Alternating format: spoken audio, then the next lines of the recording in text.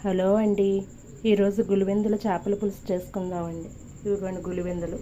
ముందుగా ఉప్పు, పసుపు, కారం కలిపి పెట్టుకున్నానండి. మసాలాకి ఉల్లిపాయ ముక్కలు, టమాటా ముక్కలు, అల్లం వెల్లుల్లిపాయ, కొన్ని ధనియాలు, కొంచెం చింతపండు అండి. మెత్తని పేస్ట్లా రుబ్బుకోవాలండి. కూరకి కావలసిన ఆయిల్ వేసానండి. కొంచెం కరివేపాకు వేస్తున్నా. కొన్ని ఉల్లిపాయ ముక్కలు,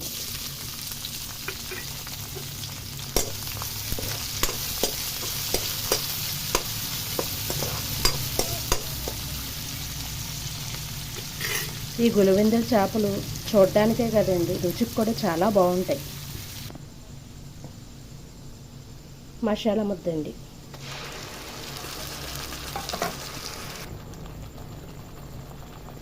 కొంచెం పసుపు అండి. సాల్ట్ కొంచెం అండి, చేపల్లో వేసాం కనుక చూసుకొని వేసుకోవాలి. కారం అండి. చింతపండు పులుసు అండి.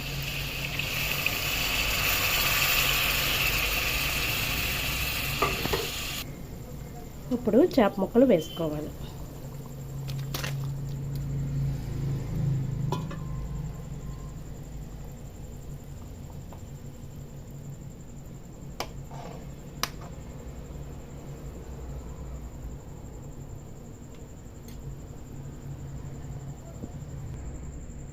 గులివెందుల చేపల పులుసు రెడీ అయిందండి.